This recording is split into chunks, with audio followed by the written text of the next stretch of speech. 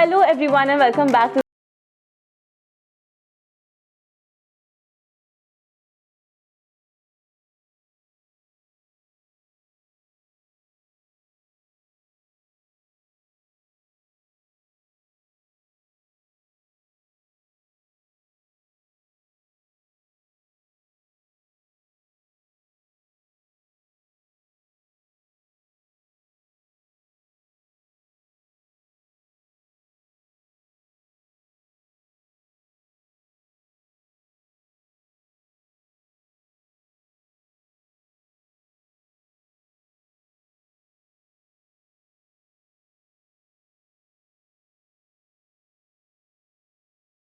Time.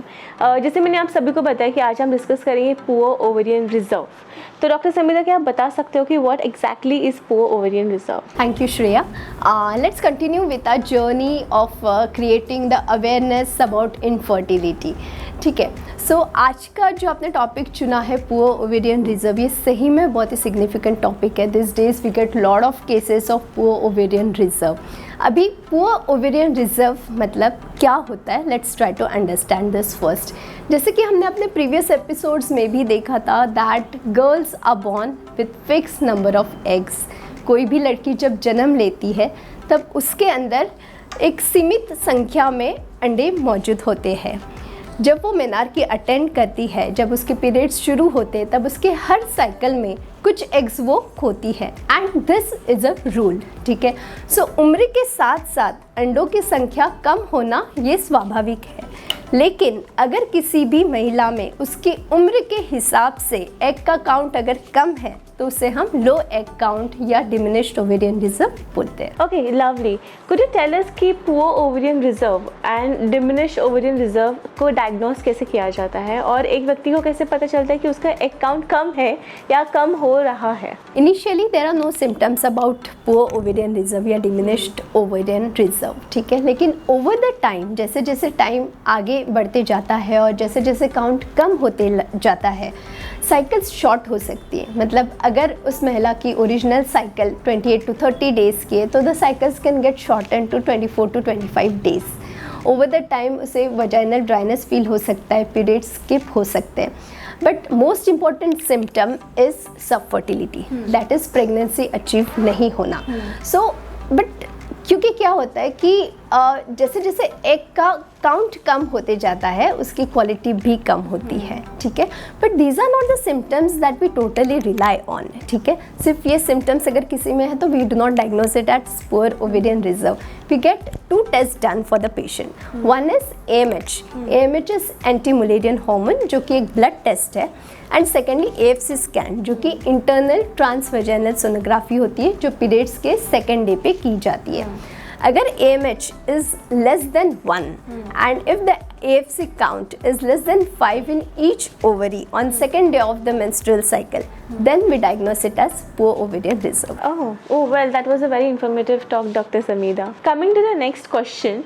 Considering poor ovarian reserve a very important factor in infertility, doctor, could you tell us कि इसके पीछे का cause क्या है? See, Shreya, there are certain common causes about diminished ovarian reserve. Egg count कम होना could be genetic also. ठीक है, that is the female is born with less number of eggs. Secondly, any cyst happening on the ovary जैसे कि endometriotic cyst or any other complex cyst which occupies the normal ovarian tissue can cause the ovarian reserve to get down. ठीक है. Thirdly, any surgery happening on ovary anywhere in the past that can cause the ovarian tissue to get affected and cause the ovarian reserve to go down. Fourthly, any cancer treatment, be it chemotherapy, be it radiotherapy, has shown to decrease the ovarian reserve. And most importantly, advanced maternal age. So किसी भी महिला की अगर उम्र ज़्यादा है तो but obvious सी बात है कि उसका एग काउंट धीरे धीरे कम होते जाएगा. I would also like to mention over here कि आजकल ऐसे देखा गया है कि 10% of young females also have this diminished ovarian reserve. But still the good thing is that diminished ovarian reserve in young females would yield better result than the diminished ovarian reserve in elderly women. Doctor can you tell us कि इन patient में हम egg count या फिर AMH बढ़ा सकते हैं? Asha, this is the most common and frequently asked question to me by this kind of patients. लेकिन एक बात समझने की कोशिश कीजिएगा, मैंने रिपीटेडली बोला है कि हमारा एग रिजर्व फिक्स्ड रहता है और हर मेंस्ट्रुअल साइकिल में हम कुछ एग्स को खोने ही वाले हैं.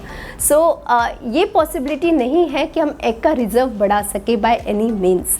यस, लेकिन कुछ हद तक हम एग की क्वालिटी ज़रूर इम्प्रूव कर सकते हैं. अब वो कैसे? हमेशा से मेरा फोकस रहा है on a good lifestyle, on good eating, healthy eating, quit smoking, stop taking alcohol and all this things. So this is gonna definitely help in some or the other way to improve the egg quality. ठीक है. Secondly, अगर medicine के बारे में बात की जाए तो इन पेशेंट्स को हम कभी कभी DHEA सप्लीमेंट्स देते हैं, कोएंजाइम Q10 का सप्लीमेंट देते हैं, या टेस्टोस्टेरोन जेल से भी टेम्परेरीली एग क्वालिटी अच्छी हो सकती है. बट ये सारे मेडिसिन डॉक्टर्स की एडवाइस से लेना बहुत इंपॉर्टेंट है. जिन पेशेंट्स के एग काउंट कम है या कम हो रहे हैं, उन पेशेंट्स के लिए कुछ ट्रीटमेंट्स अवेलेबल है? Honestly speaking, Shreya, fertility science in these days have made lot of advancements wherein nothing is impossible. Okay, one such technology, one such recent advances that we have made in this field is ovarian PRP. अभी ये कैसे काम करता है? हम सबके खून में, हम सबके ब्लड में कुछ ऐसे ग्रोथ फैक्टर्स मौजूद होते हैं जो टिश्यू हीलिंग या टिश्यू रीजनरेशन में हेल्प करते हैं. So the same thing, the same cells we utilize for ovarian rejuvenation. ठीक है. सो हम पेशेंट का ब्लड विड्रॉ करते हैं और उसके ब्लड से प्लेटलेट रिच प्लाज्मा सेपरेट करते हैं, जिनमें ये ग्रोथ फैक्टर्स की मात्रा बहुत ज़्यादा होती है. The same platelet rich plasma that we have derived from the patient's blood, we inject it into the patient's ovaries. So this is theoretically supposed to improve the ovarian failure chances. This is theoretically supposed to improve the ovarian reserve of the patient. हालांकि ये काफ़ी primitive या experimental science है अभी भी, लेकिन कुछ patients में इस ओवेरियन PRP के रिजल्ट्स काफ़ी अच्छे मिले हैं. अच्छा. But in case the ovarian PRP doesn't work or in case you are not the appropriate candidate for ovarian PRP, then egg donation is the answer. Egg donation मतलब हम एक दूसरी फीमेल के एग के साथ आपके पार्टनर का sperm fertilise करते हैं IVF लैब में, और उससे तैयार हुआ जो गर्भ है, जो एम्ब्रियो है, वो हम आपके गर्भाशय में डाल सकते हैं. All this is done only and only if you consent to it. So see, this is a very legal thing that we do. Okay, and there's a law called ART law which governs all the IVF centers about the donor IVF cycle. So ऐसे नहीं होता है कि IVF centers पे किसी का भी egg किसी के भी स्पर्म के साथ फर्टिलाइज किया जाए. ऐसे सुनने को आता है कि बहुत सारे बॉलीवुड सेलेब्स ने भी अपने एग्स फ्रीज किए थे. डॉक्टर, क्या आपको लगता है कि लड़कियों ने अपने एग्स फ्रीज कर लेना चाहिए सही समय पर? See, in case you have been diagnosed with any cancer and you are planning to undergo chemotherapy or more importantly radiotherapy, you should get your eggs frozen before you undergo any kind of treatment. Secondly, if you're someone in your late 20s and you're still not planning to get married or you have big career goals, which is actually a good thing these days, you should at least go and get yourself checked once with a fertility expert and get yourselves assessed, get your ovarian reserve assessed. Further, your fertility expert will let you know whether you are the appropriate candidate to get the egg freezing done.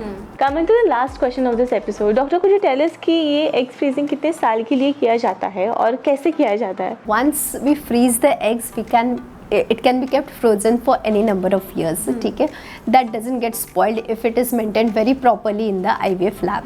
ठीक है. अभी जिस तरह से IVF cycle में हम 10 से 12 दिन के इंजेक्शंस देते हैं, इंटरमिटेंटली सोनोग्राफी के दौरान एग का ग्रोथ असेस करते हैं, same procedure is followed for egg freezing.